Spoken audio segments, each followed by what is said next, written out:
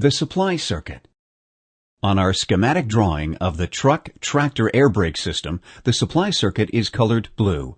The circuit consists of the compressor, its attached governor, a dryer, a supply reservoir or wet tank, one air line connecting the wet tank to the primary or rear axle service reservoir, another air line to the secondary or front axle service reservoir, a signal line connecting the supply reservoir to the governor reservoir port, and the control line running from the governor unloader port to the purge valve on the dryer.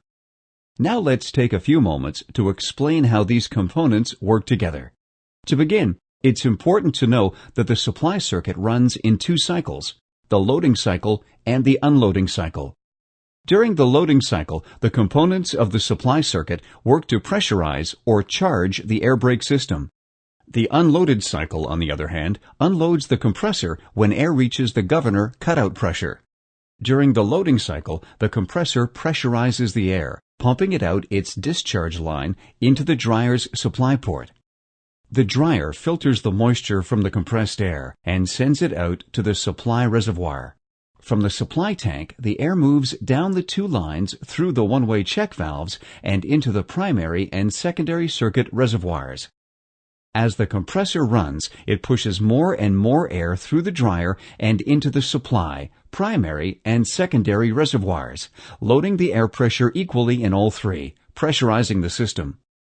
The unloaded cycle begins when the load in the supply reservoir reaches a predetermined cutout pressure somewhere between 105 and 135 psi.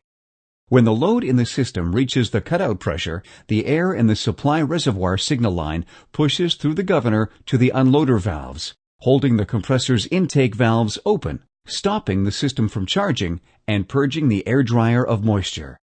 When the pressure in the supply reservoir drops 20 to 25 psi below the cutout pressure, the governor releases the air from the compressor's unloader valves and the dryer's purge valve out through its exhaust port, and the supply circuit goes back into the loading cycle.